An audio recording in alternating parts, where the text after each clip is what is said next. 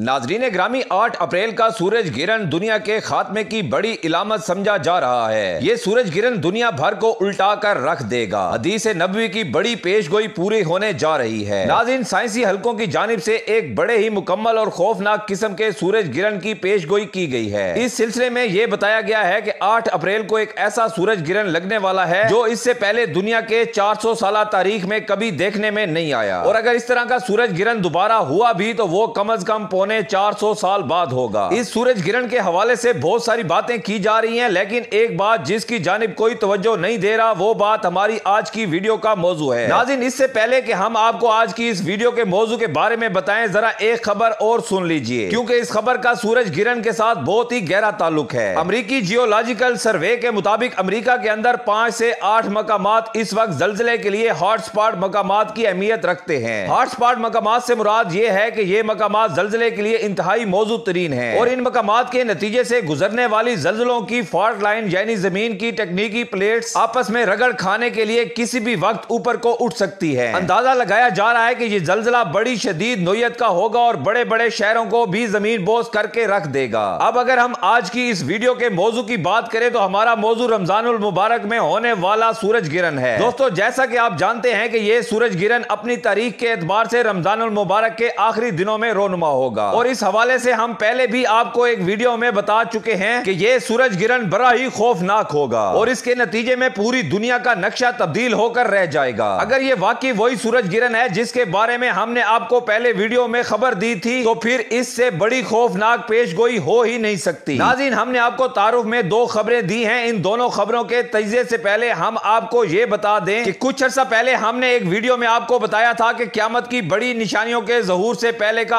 آخری رمضان بے حد خوفناک ہوگا۔ حضرت انس بن مالک رضی اللہ عنہ سے روایت ہے کہ ایک حدیث کے مطابق نبی اکرم صلی اللہ علیہ وآلہ وسلم نے ارشاد فرمایا کہ قیامت سے پہلے کے آخری رمضان میں ایک بہت مکمل سورج گرہن واقع ہوگا، اور اس سورج گرہن کے بعد ایک ایسی آواز آئے گی جس سے پوری دنیا کے لوگ خوف زدہ ہو جائیں گے۔ اس آواز کے مواخذ کا پتہ کسی بھی طرح نہیں لگایا جا سکے گا۔ یہ آواز اتنی خوفناک ہوگی کہ اس سے 70,000 لوگ بے ہوش ہو جائیں گے، اور 70,000 لوگ بہرے ہو جائیں گے، اور 70,000 لوگ اپنی بصارت کھو دیں گے۔ اس کے بعد اس رمضان المبارک میں زلزلوں کا ایک شدید سلسلہ شروع ہوگا، جس سے پوری دنیا میں تباہی کی گونج پھیلے گی۔ انہی زلزلوں کے دوران یا اس کے بعد دجال کا ظہور ہوگا، اور اس کے کچھ عرصہ بعد حضرت امام مہدی علیہ السلام کا ظہور ہوگا۔ اب اگر ہم پہلی خبر کا جائزہ لیں، جس میں سائنسی حلقوں کی جانب سے یہ کنفرم کر دیا گیا ہے کہ 8 اپریل کو ایک بڑا ہی مکمل سورج گرہن واقع ہونے والا ہے، اور یہ سورج گرہن مسلمانوں کے ماہ مکرم یعنی رمضان المبارک کے آخری دنوں میں رونما ہو رہا ہے۔ اب اگر اس خبر کو ہماری بیان کردہ حدیث کے ساتھ ملا کر دیکھیں تو رمضان المبارک میں واقع ہونے والا یہ سورج گرہن بے حد اہمیت کا حامل بن جاتا ہے۔ اگر یہ وہی سورج گرہن ہے جس کے بارے میں نبی اکرم صلی اللہ علیہ وآلہ وسلم نے اشارہ دیا ہے، تو پھر اس سورج گرہن کے بعد دنیا بھر میں نہ صرف قدرتی آفات کا ایک بے در پہ سلسلہ شروع ہونے والا ہے، بلکہ اس کے ساتھ ساتھ دنیا بھر کی سیاسی بساط بھی الٹنے والی ہے۔ اگر یہ وہی سورج گرہن ہے جس کے بارے میں نبی اکرم صلی اللہ علیہ وآلہ وسلم نے پیش گوئی کی ہے، تو پھر ہمیں تیار رہنا چاہیے کہ ہم کس جانب کھڑے ہوں گے اور حق کو باطل میں سے کس کا ساتھ دیں گے۔ دنیا بھر میں دجال کے ظہور کے بعد حالات کچھ اس طرح سے بدلنے والے ہیں کہ کمزور ایمان کے مسلمان اسے حضرت عیسیٰ علیہ السلام کا کوئی روپ سمجھیں گے اور اس کی پیروی کرنے دوڑ پڑیں گے۔ دجال کے خروج کو کچھ اس طرح سے بنا کر پیش کیا جائے گا کہ مسلمانوں کی اکثریت اس کے بارے میں غلط فہمی کا شکار ہو جائے گی، اور کمزور ایمان والوں کا ایمان تو ڈگمگا جائے گا۔ اب اگر ہم دوسری خبر کی جانب دیکھیں تو وہ بھی اپنی نوعیت میں بڑی خوفناک خبر ہے۔ سورج گرہن کے اعلان کے کچھ ہی دنوں بعد یہ خبر امریکہ کے جیولوجیکل سروے نے شائع کی تھی۔